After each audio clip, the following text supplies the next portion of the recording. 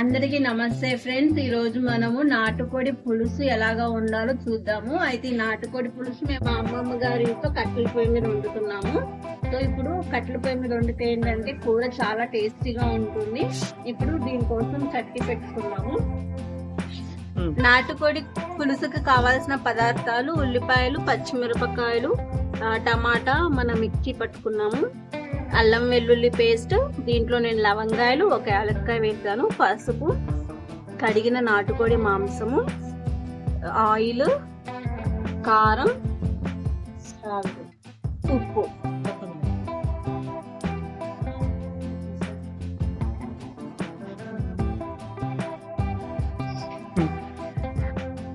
ఇప్పుడు మనము ఉల్లిపాయలు వేసుకోబోతున్నాం. ఆయిల్ వచ్చేసి మనం ఒక 1/2 కిలో దాకా వేసుకుంటాము, ఎందుకంటే నేను 1.5 కేజీ చికెన్ తీసుకున్నాను.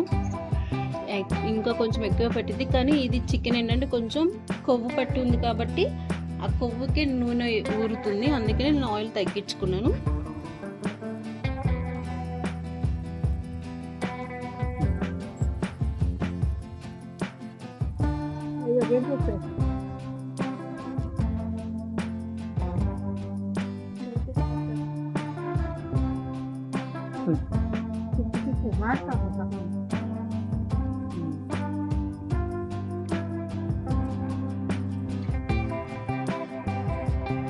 ఉల్లిపాయలని వేగనిచ్చుకోవాలి.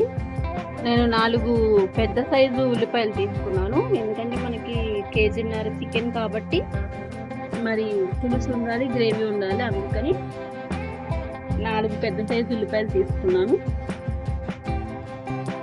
ఉల్లిపాయలు వేగిపోయి ఇప్పుడు మనం ఇందులోకి మాంసం ముక్కలు వేసుకున్నాము. ఇది నీట్గా కడిగి వేసుకోవాలి.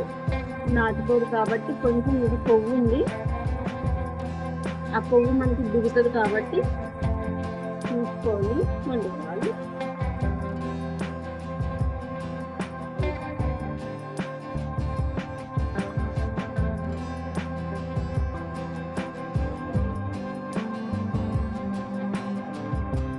ఆల్రెడీ కోడికి పసుపు కట్టించారు, మనం అది చూసుకొని పసుపు వేసుకోవాలి. కారం కూడా మనం సరిపడంత కారం వేసుకోవాలి. నాటుకోడి కాబట్టి కొంచెం కారం ఎక్కువగానే తీసుకుంటున్నాం మనం. సాల్ట్ సరిపడంత వేసుకొని తర్వాత చూసి వేసుకోవాలి. ఇవన్నీ వేసుకొని తిప్పుకోవాలి.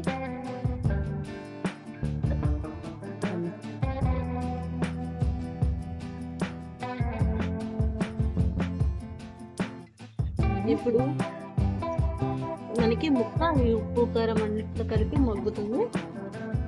నేను అల్లం వెల్లుల్లి పేస్ట్ ఇప్పుడే వేయను, ఎందుకంటే నీరు పట్టేసేసి ఆ టేస్ట్ పోతుంది కాబట్టి మళ్ళీ ఈ నీరంతా ఇంకిపోయేటప్పుడు మనం అల్లం వెల్లుల్లి పేస్ట్ ముక్కల్లో వేసి ఫ్రై లాగా చేస్తాను. అప్పుడు మనం పులుసుకి వాటర్ పోసుకుంటాం, ఎందుకంటే అల్లం వెల్లుల్లి పేస్ట్ మనం ఇప్పుడే వేసి చివరి దాకా ఉడకబెట్టిన నాకేంటంటే ఆ టేస్ట్ అంతా పోతుంది. ముక్క ఈ నీరంతా ఎగరాలి, ఎగిరినాక ఈ నూనెలో కొంచెం ముక్క ఎగితే బాగుంటుంది. కట్టెల పొయ్యి మీద వంట చాలా డిఫికల్ట్, పాతకాలంలో ఎలాగా ఉండేవాళ్ళో అర్థం అవ్వట్లేదు. చూసారా, ఇది మ్యాక్సిమం నీరు ఇంకిపోయింది. ఇప్పుడు ఆయిల్ కొవ్వు అంతా మనకి ఆయిల్ లాగా కనిపిస్తుంది. ఇప్పుడు మనం గ్రేవీ అల్లం వెల్లుల్లి పేస్ట్ వేసుకుంటాము. మనం టమాటాను జీడిపప్పు కలిపి గ్రేవీ పెట్టించాము.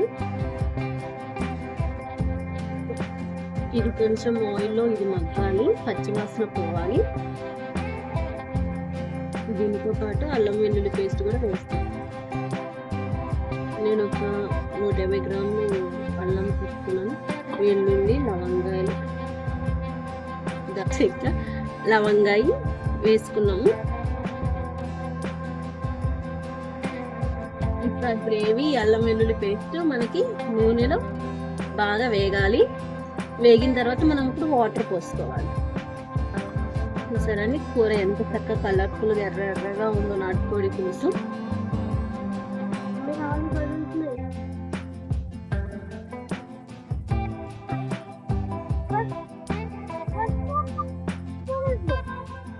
మసాలా అదంతా గ్రేవీ అంతా వేగింది, మనకి కూర కొంచెం అడ్డుకుంటుంది కూడా. ఇప్పుడు మనం మంట తగ్గించుకోవాలి.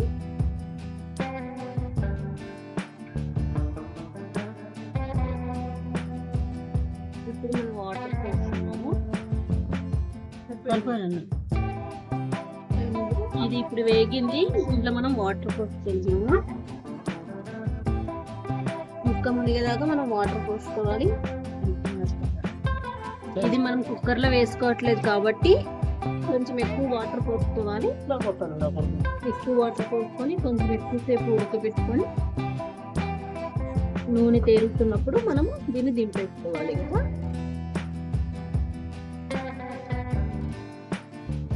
ఇప్పుడు మనము ఇప్పుడు హై ఫ్లేమ్ పెట్టేసేసుకొని దీన్ని ఉడికించేసుకోవాలి.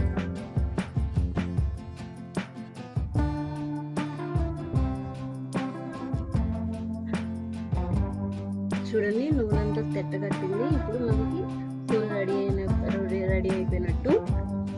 చూడండి ఎంత కలర్ఫుల్గా ఉందో, స్పైసీగా ఉంటుంది. జలుబున్నా ఏదన్నా దెబ్బకి. ఇప్పుడు మనం కొత్తిమీర వేసుకున్నాము.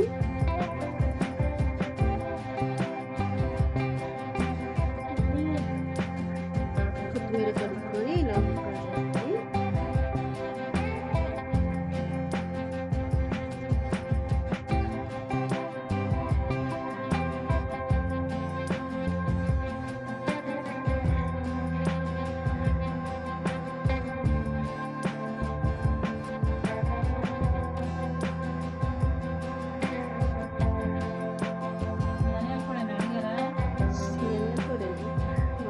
పులుసు. సో మీరు అందరూ కూడా ట్రై చేసి ఎలాగుందో నాకు టేస్ట్ కామెంట్ చేయండి. మీకు కనుక ఈ వంట నచ్చితే సబ్స్క్రైబ్ చేయండి, లైక్ చేయండి.